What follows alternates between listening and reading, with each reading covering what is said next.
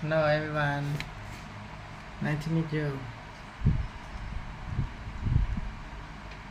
Can you actually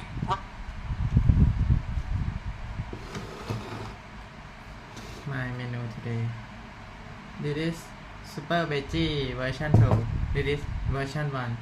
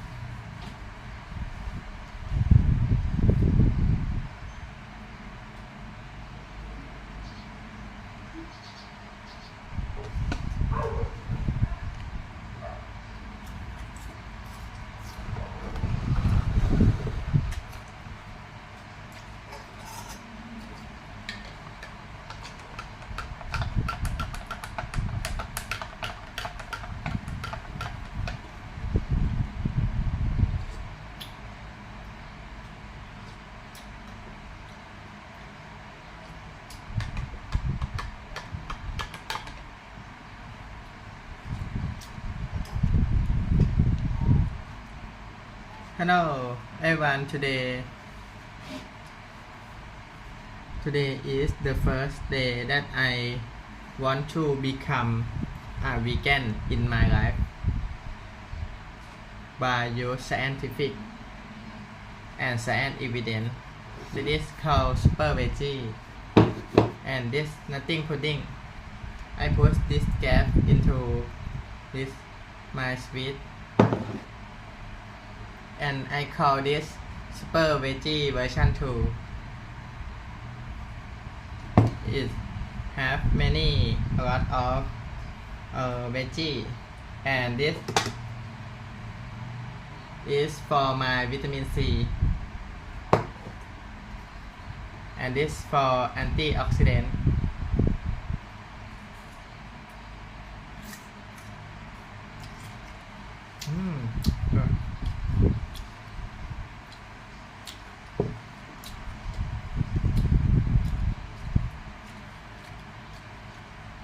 Good. Every meal have antioxidant and then I try this matcha green tea.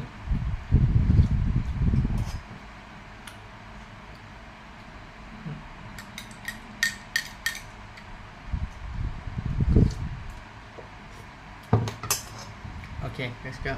reverse aging? Can you actually reverse aging?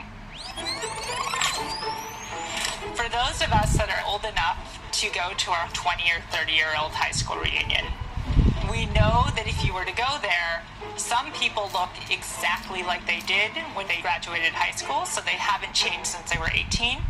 Whereas there might be other people who you don't even recognize, and you look at them and you think, I can't possibly be that old. We haven't aged that much. So we know inherently that people don't all age at the same rate, and some of us are going to be faster agers, and some of us are going to be slower agers.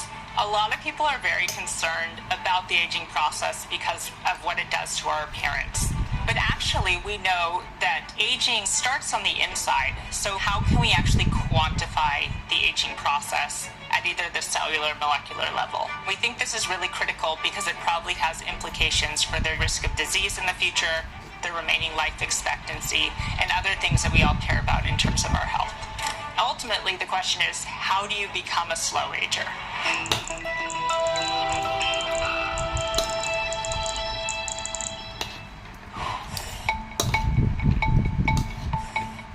What scientists think is that there are actually changes at the molecular cellular level that will differentiate how quickly people will age and how they actually look on the outside.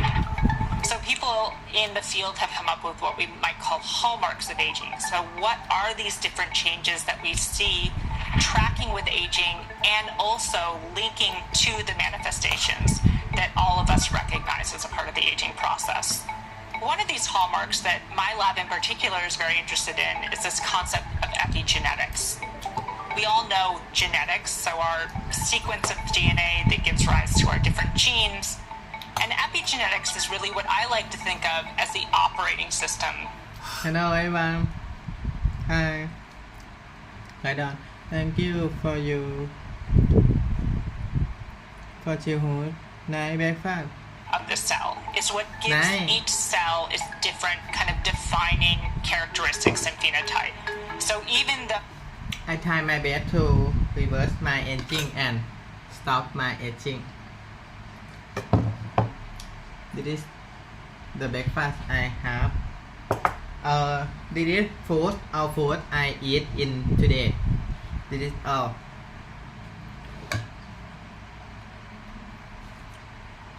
So the cells in your skin and the cells in your brain have essentially the exact same DNA. What makes them different is the epigenome. It gives them their overall function and structure. One form of epigenetics is called DNA methylation. Scientists found that DNA methylation is changed quite dramatically with aging. And using things like machine learning and AI, we've actually been able to predict how old someone appears based on DNA methylation. And this has been referred to as the epigenetic clock, which is basically just a way to try and quantify biological age based on either gains or losses in methylation at specific regions throughout the genome. We always think of the movie Benjamin Button where he aged in reverse. I don't know if scientifically that is possible, especially at a whole body, whole organismal level, although we do know that you can reverse the age of a cell. Every cell in our body has a very specific function, and this function is really dictated by the epigenome.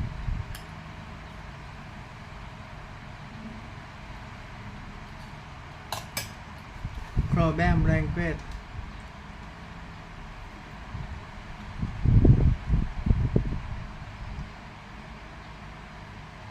Hawan Kuma Verma Hawan Ku Program language by Free Palestine. Hello everyone. The problem is that with aging, the epigenome becomes remodeled, either due to stress or random errors. And what this produces is that each cell is actually going to lose its identity and not function in the way it was initially intended. And over time, as more and more cells become dysfunctional, you can imagine how this would produce dysfunction at the organ level and eventually at the whole system level. And the epigenome is highly dynamic. These are things that can go, we think, in both directions. So you can increase epigenetic age, but we've also shown that you can actually reverse this in cells. Shinya Yamanaka actually won the Nobel Prize for discovering 4 factors that can convert an old cell back into what looks like an embryonic stem cell. And later, as scientists were applying things like the epigenetic clock to this data, we found that not only are you changing the cell type, but you're also erasing or essentially reversing all those epigenetic changes that we've used to try and quantify biological age. We always thought aging really happened in one direction, and that the only thing you could really do was just slow the accumulation of this damage. But really what this reprogramming of the epigenome tells us is that this is a lot more modifiable and elastic than we originally knew. So the question becomes, how do you do this in a body? Can you actually program cells from an old epigenetic state back into a younger epigenetic state? What does this actually mean for our physiology and our health?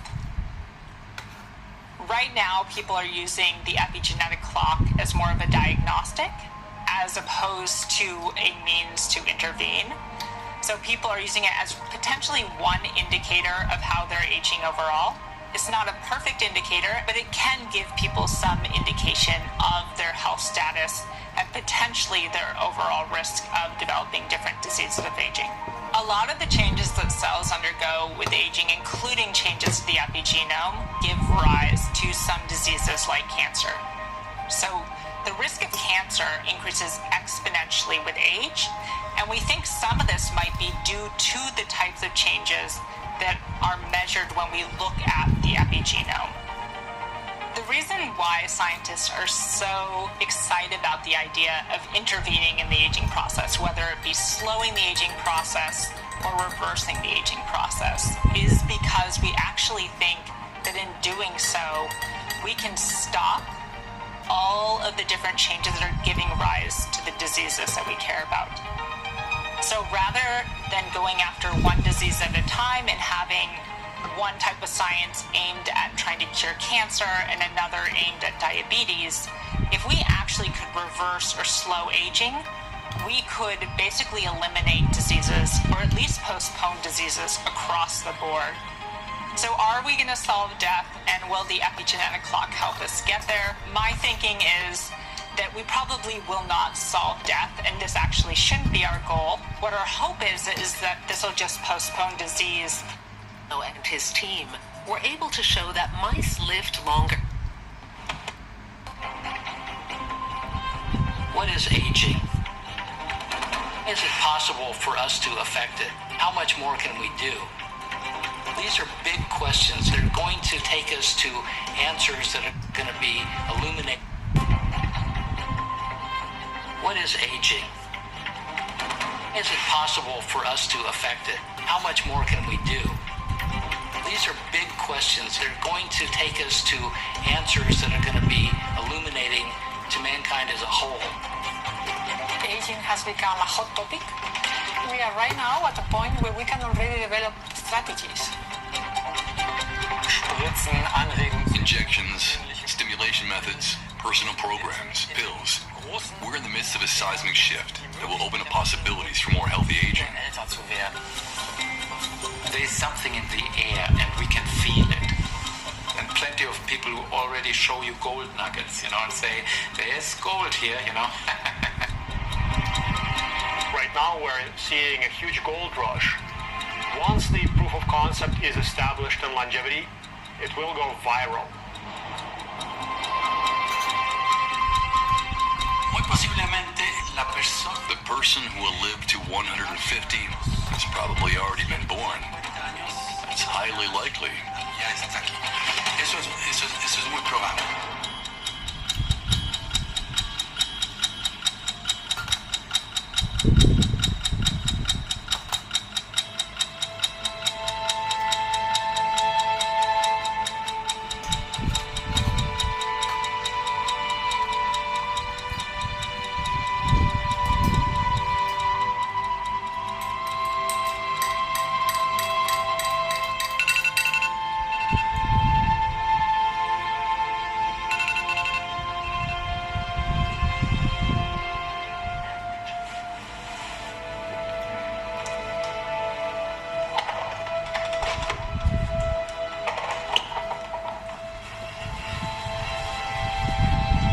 Right now.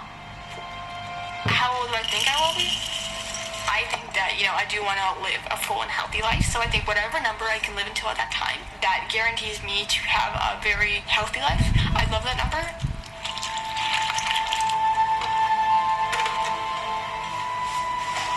Yeah, I go to bed early, I wake up early just because this is important for my health to do this, so I do it.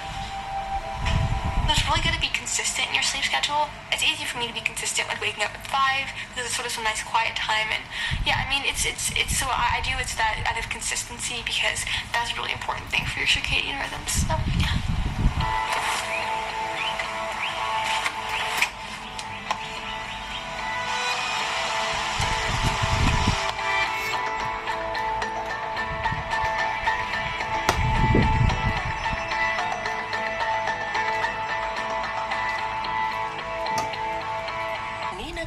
First became interested in longevity research when she was 12. Now the teenager is one of the scene's rising stars. Nina stands for a generation that takes a new view of aging, that wants to see aging eradicated.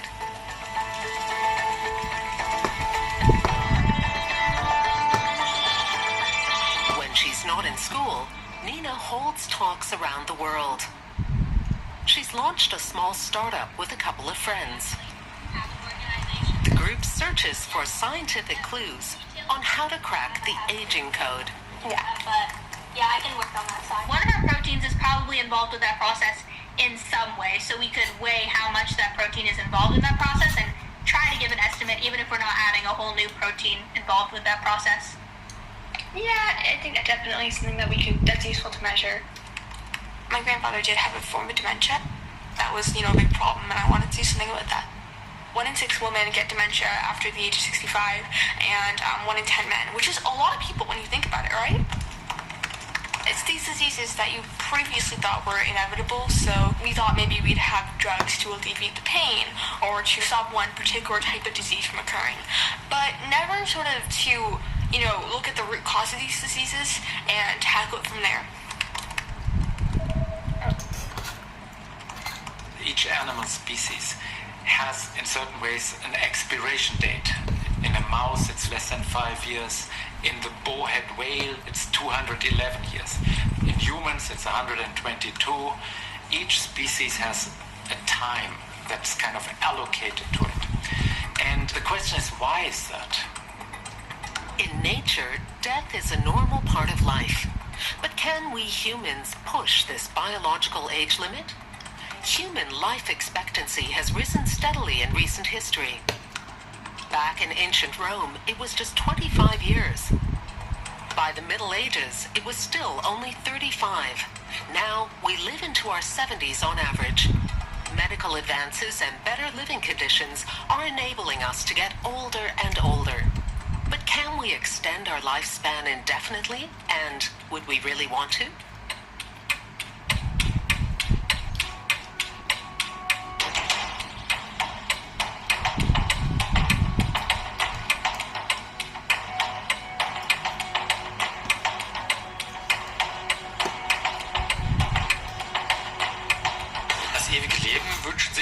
Lots of people want to live forever, and they wonder if we can reverse or slow down the aging process.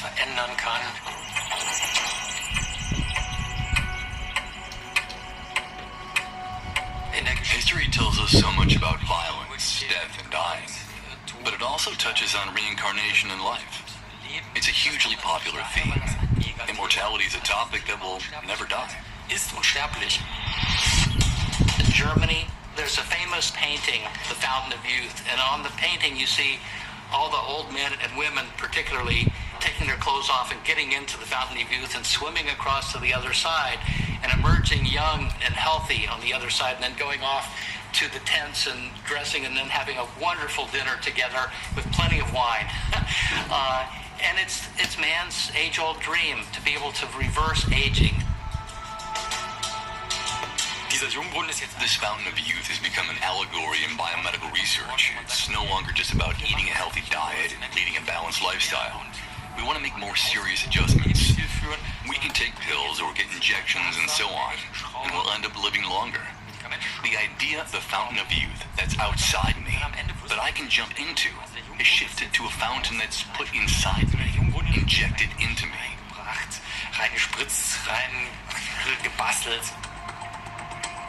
We're closer to finding the fountain of youth than ever before. But what if aging were a kind of program? A program we could hack into?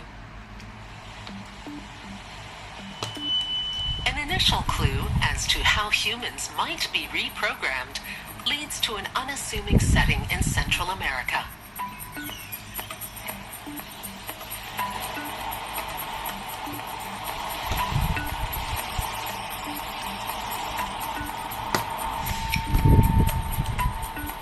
I've lived in Costa Rica since 1972 and just completely fell in love with Costa Rica. The peninsula of Nicoya is a place where people age very well and long. I think about it all the time. I think about it all the time because it's really mysterious. And they themselves cannot give you any clues as to why. You ask them and they say, I have no idea. It just is what it is. But yet we are more curious and we want to know more.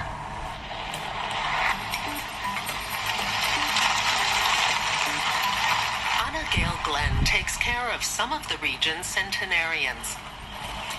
The residents of Costa Rica's Nicoya Peninsula not only live longer, but stay healthy for longer too.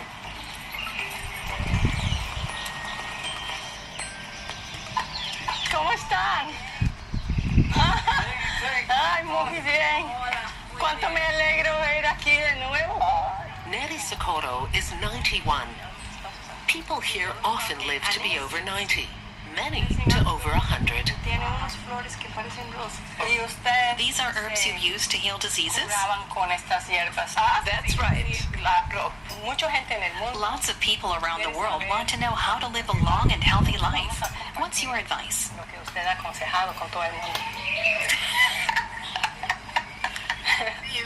Live for many years.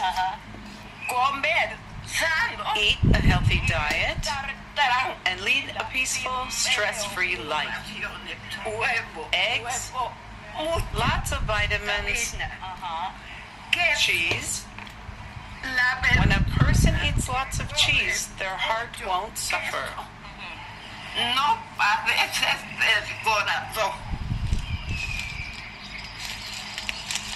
This area was very, very distantly removed from the mainland, so to speak. It's a peninsula. It's still connected, but our roads were bad. Communication didn't exist. People survived here on what they planted, on what their parents taught them how to survive. There was no pharmacy to go to. That smells so good. This herb treats fever and all kinds of things. The fact that people in Nicoya live to be older than average went largely unnoticed until one scientist stumbled onto some unusual data some years ago. ได้นะจ๊ะวันที่จะเปลี่ยนแปลงชีวิตตัวเองในการเป็น I was initially an economist, but it Vegan. never really felt like the right field for me. Eventually, I found my niche in demographics.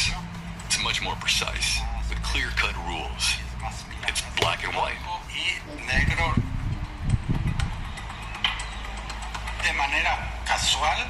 By sheer coincidence, we discovered that mortality rates in the region were much lower than the rest of the country. Initially, I didn't pay much attention to it. When I presented my findings at a conference, there was a lot of skepticism about whether it was really so. But one person from the audience approached me afterwards and said, it's because it's a blue zone. And at that moment I realized that Nicoya really was a special place.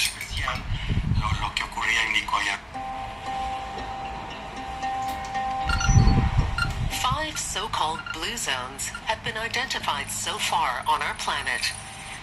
These are locations where an unusually high percentage of the population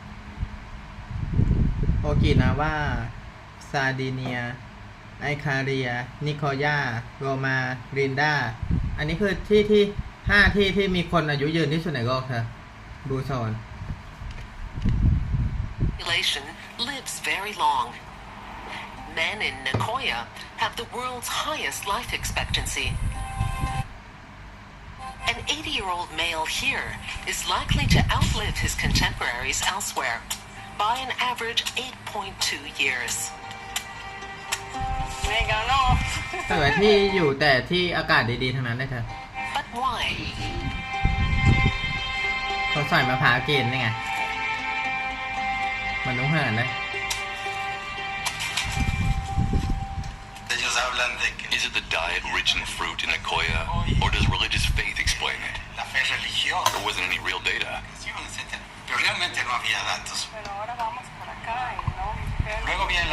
The question is it genetics or is it lifestyle? People in Costa Rica. Say pura vida, pura vida.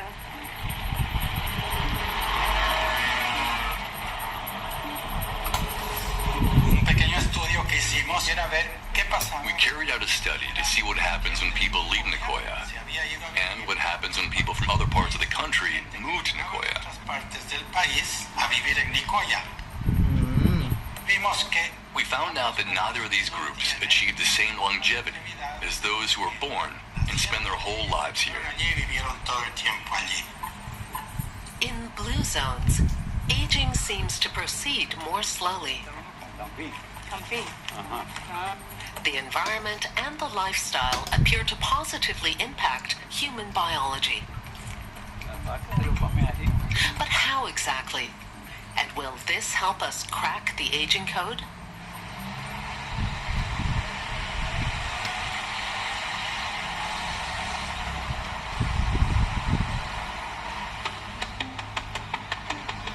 Margaret Spare. I'm a molecular biologist, biochemist. I'm interested in understanding the origin of diseases. The majority of diseases are those associated to the aging process. So I'm interested in understanding why we age at the molecular level. I wanted to devote my life to understand the origins of cancer and aging. I thought telomeres could be the key. The human body consists of around 37 trillion cells. Some last a few days, others live for years. We constantly produce new cells to replace the old ones. It's a process that involves duplication. Before cell division can take place, the chromosomes in the cell nucleus have to be duplicated. The DNA double helix they consist of is unwound and separated into strands. Each strand then becomes a template for a new one. The ends of the chromosomes, which are especially prone to replication errors, are protected by telomeres, which are sequences of non-coding DNA. But with every cell division, these safety caps become shorter.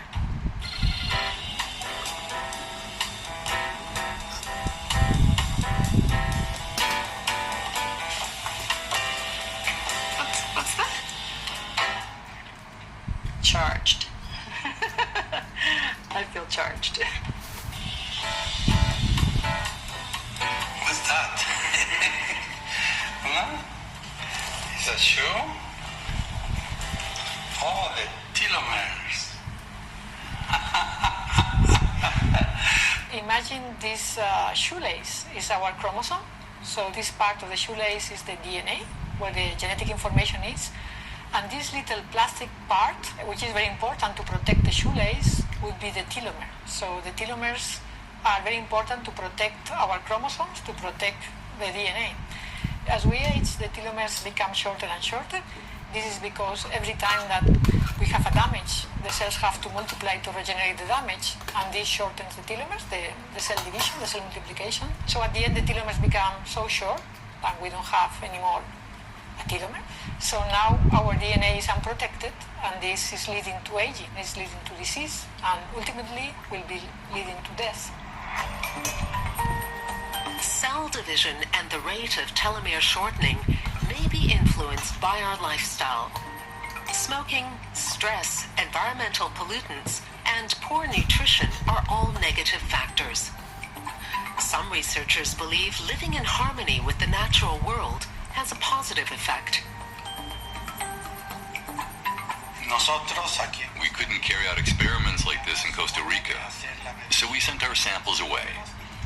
When the results of this collaboration came back, we realized we'd found something. Los resultados y decimos, no, aquí hay algo, ¿verdad?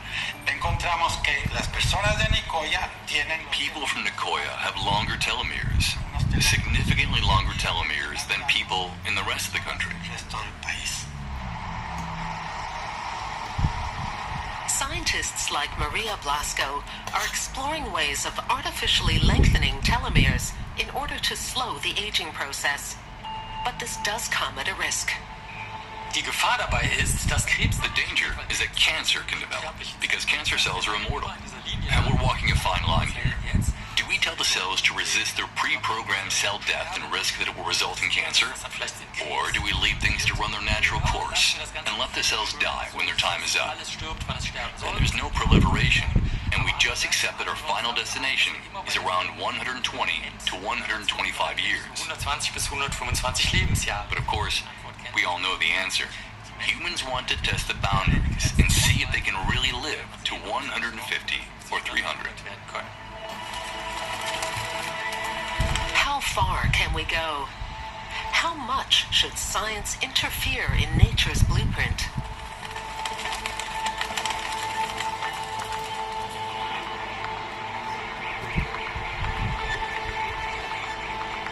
We don't have to necessarily accept current biological limitation, because that's what we do as a species. We're problem solvers. We don't just sit around and get rained on. We build houses. So we may want to transcend normal biology at some point and set goals for ourselves beyond just normal concepts of health.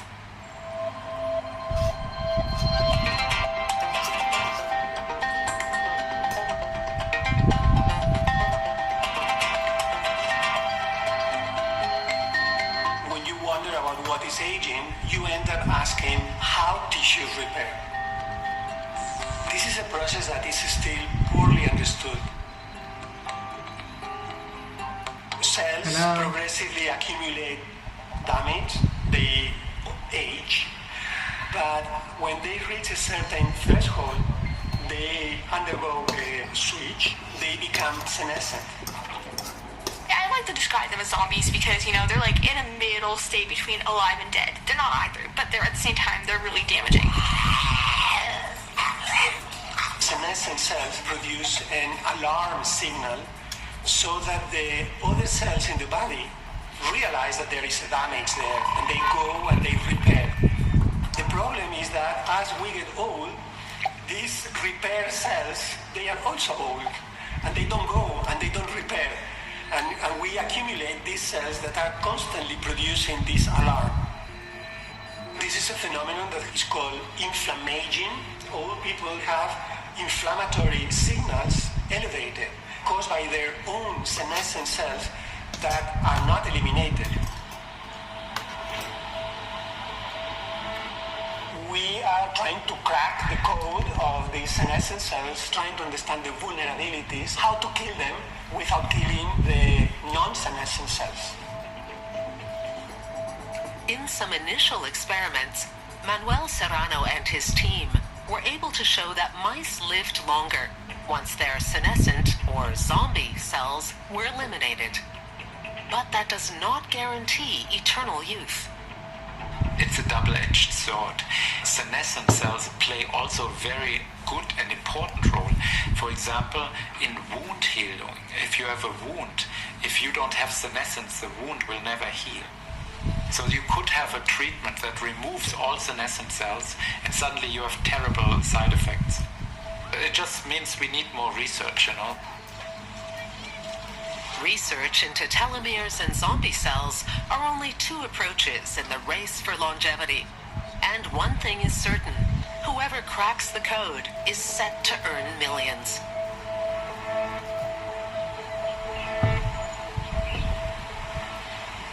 All right. So guys, how do I look? God, I look old. So you've seen what we did. We've announced a $255 million raise. It's the largest raise in our industry to date.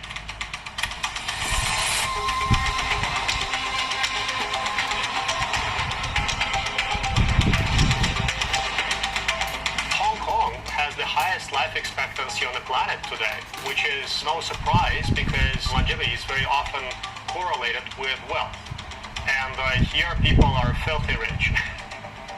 Welfare is increasing dramatically in the region. In China and mainland, people who were peasants just 35 years ago, they are now multi-millionaires, and people demand longevity. Who were peasants, and here people are filthy rich. welfare is increasing dramatically in the region. In China, in mainland, people who were peasants just 35 years ago, they are now multi-millionaires, and people demand longevity.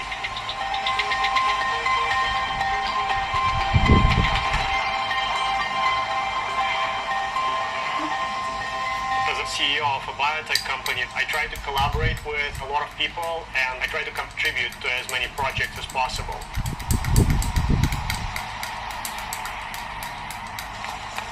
Life Clinic is a very fun concept where the founders decided to bridge the Starbucks concept with preventative medical care. You choose a cocktail of all kinds of nutrients that will be going into your blood while you're sipping on a juice. They offer IV drips and all kinds of other interventions. I cannot vouch for some of them. Yeah. Correct. In Hong Kong, anything geared at increasing life expectancy already promises mega bucks. Dubious wonder drugs and IV drips are readily available. The region is also attracting biotech companies from around the world. Money from wealthy investors has created a much-hyped startup scene. Longevity research is Hong Kong's new .com boom.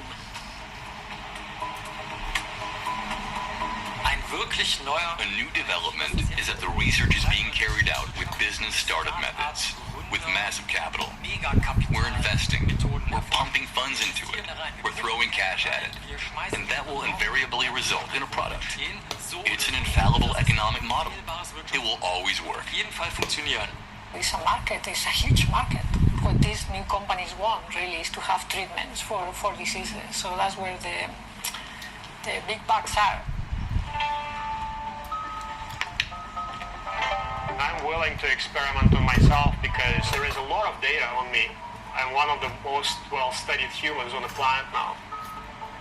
And I try to optimize for high performance at this point in time. I try to perform at my peak. I've tried rapamycin in the past. It's very often referred to as a magic drug in longevity, in the same line as metformin, but likely to be stronger than metformin. It's not without side effects. So there is a chance that you're going to see mucositis and a few others. So we decided to try it on ourselves in a very controlled mode. Any side effects? Not at all. Zero side effects. When I was exercising in the hotel, I got some serious muscle mass increases. That's great. All right. Yep, that's me. So that's rapamycin. Oh, thank you, my goodies. Thank you so much. It's to long life, literally. To long life.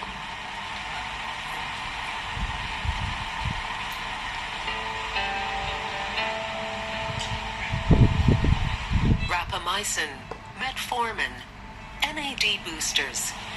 Do any of these substances really help? How can their effectiveness be tested?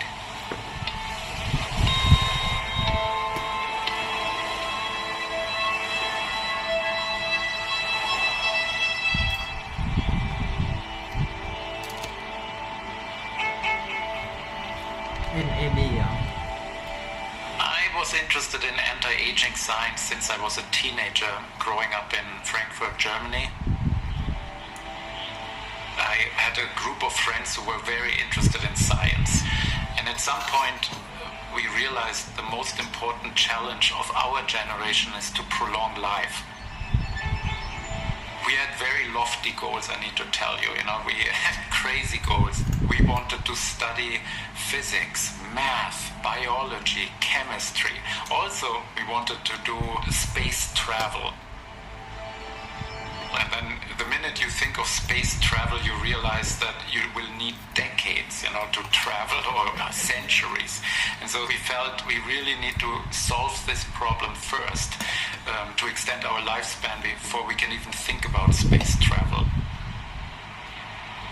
one day, by accident, really because I did somebody a favor, I analyzed these methylation data. I immediately recognized that epigenetics or methylation is really the data source that has a tremendous signal for aging. He was able to find clusters of genes whose methylation state could tell you how old you were at a particular time. The amazing thing about this is that it works from the day you're created as a fertilized egg cell all the way until the day that you die. There are more than 200 distinct cell types in the human body.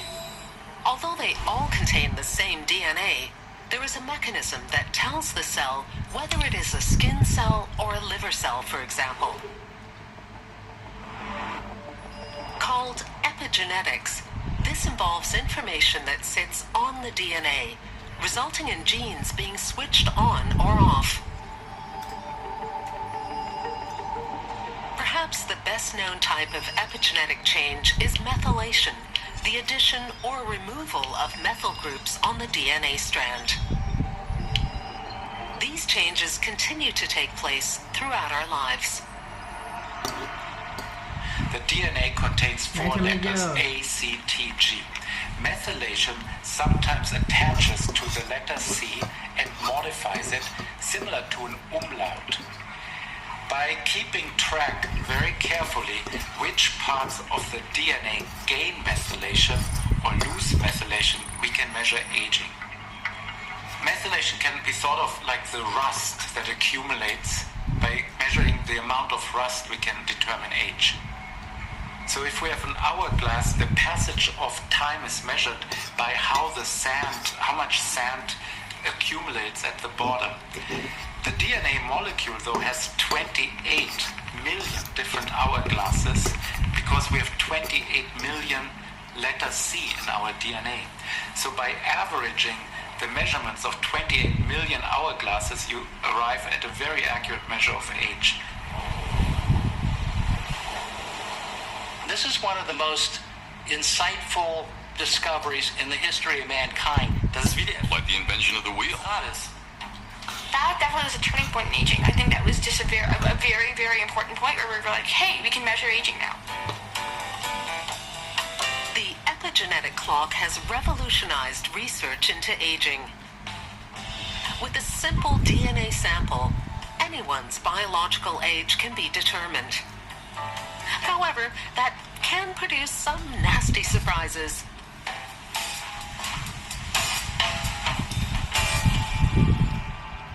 My name is Marcus Horvath, and I'm Steve's identical twin brother. He's my older twin brother. He's 5 minutes older than me. However, only at birth. We measured our epigenetic clock a couple of years ago. Then, according to one of the clocks, I was actually 4 years older than him, which is not necessarily good news.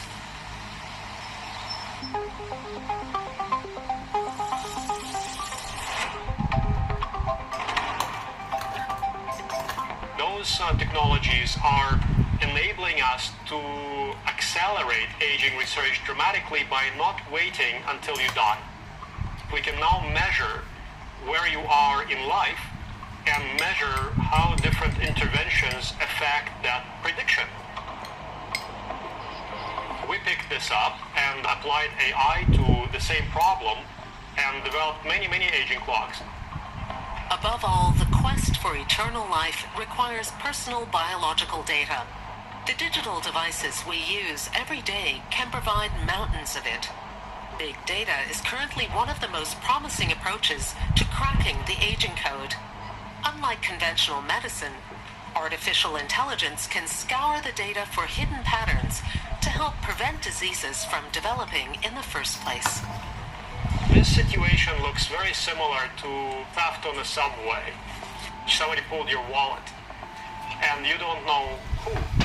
Every human on the train looks the same. They move in different patterns.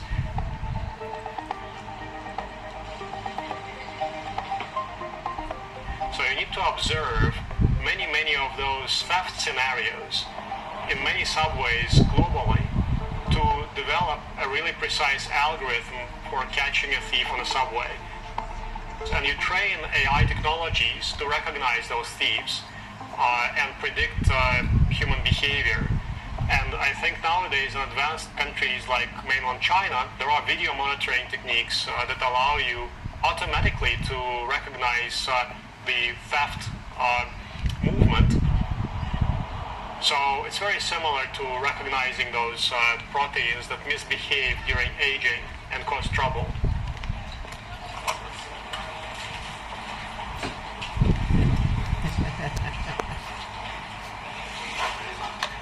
Yeah, so what we're going to do now, we're going to solve a disease very quickly.